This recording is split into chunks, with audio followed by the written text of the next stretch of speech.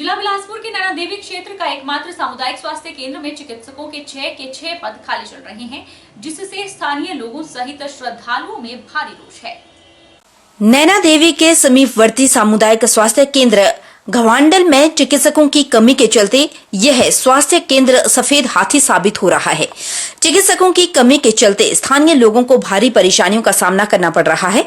यहाँ पर डॉक्टर के 6 पद है, लेकिन सभी खाली चल रहे हैं, जिसके चलते स्थानीय पंचायतों के ग्रामीणों, नैना देवी नगर परिषद के बाशिंदों और नैना देवी में आने वाले हजारों श्रद्धालुओं को काफी दिक्कतों का सामना करना पड़ रहा है। यहाँ पर जो चिकित्सक भेजा जा रहा है वो डेपुटेशन पर आता है। यहाँ पर चिकित्सकों की कमी के कारण लोगों को कई बार पंजाब का रुख करना पड़ता है। स्थानीय लोगों ने जिला प्रशासन से चिकित्सा विभाग और हिमाचल प्रदेश सरकार से मांग की है कि इस अस्पताल में चिकित्सकों के सभी पद जल्द से जल्द भरे जाएं, ताकि किसी भी प्रकार की स्थानीय लोगों को दिक्कत और श्रद्धालुओं को भी दिक्कतें न हो। मेरा नाम सर रामपाल ठाकुर है, मैं एक्स प्रधान नकराना हूँ। तो पिछले कई दिनों से जो है सीएससी घवांडल में जो है डॉक्टरों की कमी है। 6 के 6 डॉक्टर जो है वो ड्यूटी पे क्या है ही नहीं है, पोस्टें खाली है पड़ी है। तो इससे जो है हमारे स्थानीय निवासियों को जो बहुत ज़्यादा प्रॉब्लम हो रही है। तो हमारी सरकार से बेनती है कि जितनी जल्दी हो सके इन पोस्टों को फिलअप किया जाए। बकरी पालन के शौकीन झंडुता क्षेत्र के तहत समूह गांव के एक बुजुर्ग जगदीश चंद धक्के खा रहे हैं। इस बुजुर्ग की गुहार सुनने वाला कोई भी नहीं दिखाई दे रहा। जगदीश चंद पशुपालन विभाग के कई बार चक्कर काट चुके हैं, लेकिन फिर भी कुछ हाथ नहीं लगा। जगदीश ने चिताया है कि अगर जल्द ही उनकी समस्या का समाधान नहीं हुआ तो मजबूरन कोर्ट का दरवाजा खटखटाएंगे। जिला बिलासपुर के झंडुता विकासखंड के अंतर्गत समूह गांव के जगदीश चंद ने वर्ष 2020 में पशुपालन विभाग के कृषि बकरी पालन योजना के अंतर्गत आवेदन किया। आवेदन के बाद 31 अगस्त 2020 को स्वीकृति मिली। बाकायदा इसने योजना के तहत 26 अगस्त को अपनी ट्रेनिंग पूरी की।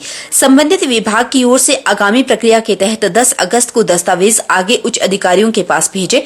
योजना के तहत नियमानुसार इन्होंने राशि 3,354 रुपए जमा करवा दी। पात्र को 11 बकरियां मिलनी थी। विभाग की ओर से शेड बनाने की भी बात कही। इस बुजुर्ग ने बैंक से ऋण लेकर बकरी शेड बनवाया। इस पर 30,000 खर्च किया, लेकिन 3 साल बीत जाने के बाद भी बुजुर्ग को योजना का लाभ नहीं मिल पाया। उन्होंने सरकार और प्रशासन से गुहार लगाई है कि उनकी समस्या का समाधान जल्द से जल्द किया जाए। जल्दी अपना शेड तैयार करवाएं, बकरोड़ा शेड बनाएं। मैंने बकरोड़ा शेड के लिए पीएनबी बैंक समूह से केसीसी 1 लाख रुपए केसीसी लोन लिया और 30,000 रुपये मैंने अपने खाते में से लिया और 1,30,000 रुपये उस बकरोड़ा शेड के लिए लगाया, जिसमें 38 बोरियाँ सीमेंट की लगी हैं और 26,000 के एंगल लगे हैं और 12 पत्ते टीन के डले हैं और बाकी लेबर चार्ज लगा हुआ है। तो आज दिन तक मुझे कोई बकरियां भी नहीं मिल पाई और ना उस सेट का पैसा मिल पाया। इसीलिए मेरी महोदय से अनुरोध है कि मेरी उचित मांग के ऊपर ध्यान देकर इस पे कार्रवाई की जाए। मैंने डीसी साहब को भी पत्र दिया था, मगर आज दिन तक मुझे कोई उसके बारे में संकेत नहीं हो रहा है। मुनाफा कमाने के चक्कर में आजकल इंसान हर खाद्य पदार्थ में मिलावट कर रहा है। हिमाचल प्रदेश के विभिन्न जिला के डिपों से जो चावल राशन कार्ड उपभोक्ताओं को मिल रहे हैं, उनमें नकली चावल निकले हैं। मंडी जिला में भी नकली चावल का मामला सामने आया है। उपभोक्ताओं ने इसकी जांच करने का आग्रह जिला प्रशासन से किया है। इनका कहना है कि नकली चावल पानी में अलग से तैरते हैं। इंसान अपने स्वार्थ में हर अच्छी चीज में मिलावट कर देता है। जहां पहले फल सब्जियां खाना सेहत के लिए अच्छा माना जाता था, वहीं आज इन्हें उगाने में केमिकल का इस्तेमाल किया जा रहा है। अगर इन्हें अच्छे से धोकर नहीं खाया तो फायदा कम नुकसान ज्यादा होने लगता है। इसी के साथ अब तो कुछ स्वार्थी लोगों ने मुनाफा कमाने के चक्कर में नकली चावल बनाकर बेचना भी शुरू कर दिया। हिमाचल प्रदेश के मंडी जिला में भी नकली चावल का मामला सामने आया। सस्ते राशन की दुकानों में यानी डिपो में मिलावटी चावल उपभोक्ताओं को दिए जा रहे हैं। जिन चावल को खाने से इंसान की बॉडी में गुड कार्ब्स आते हैं, एनर्जी आती है और चावल प्लास्टिक से तैयार किए जा रहे हैं। इन्हें खाने के बाद इंसान की बॉडी के अंदर जो नुकसान होता है उसकी भरपाई करना काफी मुश्किल होता है। हिमाचल प्रदेश के मंडी जिला के रहने वाले मस्तराम ने बताया कि चावल भिगोने पर पानी में तैरते हैं और हाथों से दबाने पर दब नहीं रहे। उपभोक्ताओं ने आशंका जाहिर की है कि चावलों में कुछ मिलाया गया है, इसकी जांच होनी चाहिए। उन्होंने कहा कि उनके घर वालों में अक्टूबर माह में ये चावल डिपो से लिए। मस्तराम ने प्रशासन से आग्रह किया है कि इसकी जांच हो और जो माल डिपो में दिया जा रहा है उसकी क्वालिटी की जांच की जाए ताकि खाद्य सामग्री को खाने से नुकसान न हो। बताते चले कि कुछ समय पहले पद्धर उपमंडल के कुन्नू में भी इस तरह के चावल देखे गए थे, जिसकी लोगों ने कंप्लेंट भी की थी। तो आजकल चावल आ रहे हैं तो ये कुछ सही नहीं आ रहे हैं। इसमें जो है 2 किस्म के चावल निकल रहे हैं। कुछ परसेंट जो है इसमें नकली चावल जैसे लगते हैं, लगते चावल है मगर ये नकली है। चावलों का और इनका जो डिस्टेंस है, कुछ इनका जो नमूना है कुछ और है, थोड़े डिफरेंस लगते हैं। जब इसको पानी में डाला जाता है तो ये ऊपर आ जाते हैं, बाकी जो असली चावल है नीचे बैठा रहता है। तो इससे जाहिर होता है अगर उसको चेक किया जाए तो उसमें चिकनाहट जैसी महसूस होती है। तो मैं प्रशासन से जो है गुहार लगाता हूँ, जो बाल डिपो में आ रहा है उसे सही ढंग से दिया जाए ताकि इसके खाने से हमारे जिस्म में जो कोई इफेक्ट ना पड़े और हम लोग बीमार ना हो। क्योंकि ये जो चावल है सेपरेट जैसे नज़र आ रहे हैं और पकाने में जो है इसमें चिकनाहट आती है। जब भिगोया जाता है तो ये ऊपर आ जाते हैं और इनका जो है वो चिकनापन लगता है। जब इसको भिगो कर बड़ी देर रखे तो ये पतले हो जाते। मेरे घर वालों ने जो है डिपो से लाया है। तो ये कब लिए है? अक्टूबर में लिए हुए हैं, अक्टूबर लास्ट में। तो जब पकाती दफ़ा मैंने भी देखा तो ये ऊपर आए चावल और उनको हम तो निकाल लिए साइड में, मगर बड़ी देर रखने के बाद जो है बिल्कुल पतले हो जाते हैं।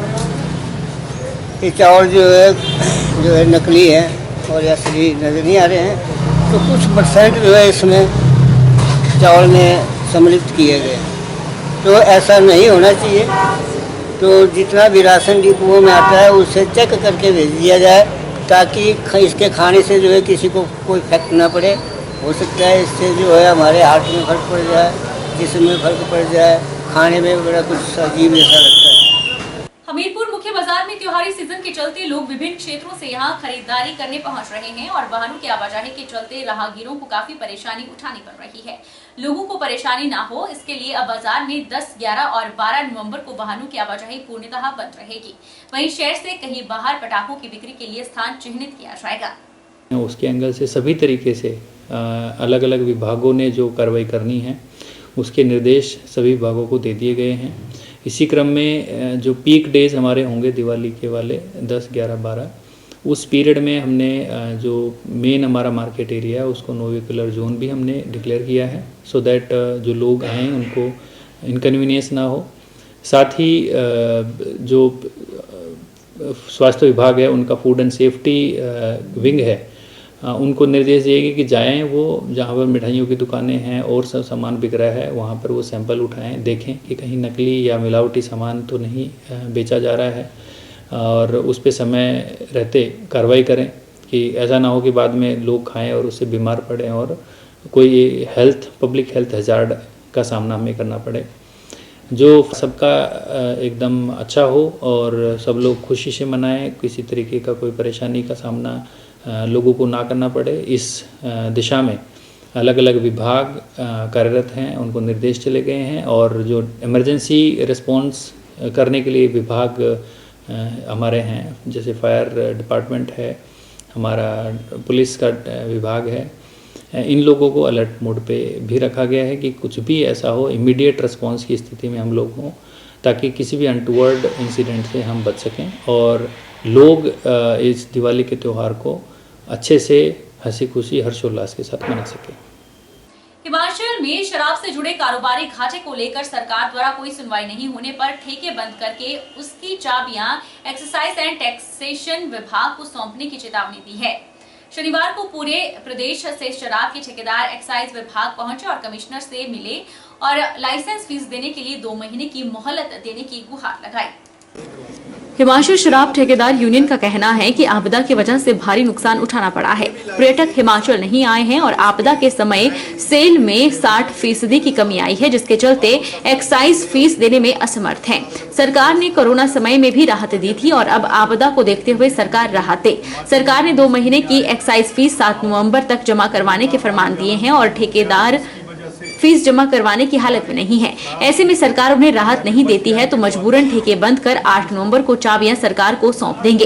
हिमाचल प्रदेश शराब ठेकेदारों के प्रदेश अध्यक्ष अनंतराम वर्मा ने कहा कि यूनियन ने कई बार मुख्यमंत्री से भी राहत की गुहार लगाई है, लेकिन कोई राहत नहीं दी जा रही है। ठेकेदारों द्वारा बैंक से लोन लिया हुआ है। सरकार से मांग की गई है कि 2 महीने की एक्साइज फीस में राहत दी जाए। इसके अलावा उन्होंने सरकार से बाहरी राज्यों से शराब तस्करी पर रोक लगाने की मांग की है और कहा है कि पड़ोसी राज्यों में शराब सस्ती है और यहां आकर शराब बेच रहे हैं, जिससे नुकसान हो रहा है। कॉन्ट्रैक्ट होता है अप्रैल टू मार्च, तो मार्च 24 में हमारा कॉन्ट्रैक्ट खत्म हो जाएगा। उसके जो हमारा लॉस बरसात में हुआ, उस लॉस को पूरा करने के लिए अप्रैल और मई 2 महीने का एक्स्ट्रा टाइम, जैसे हमें कोरोना काल में मिला था वैसे एक्सटेंड किया जाए, वो वैसे हमें एक्स्ट्रा टाइम दिया जाए। हाँ जी,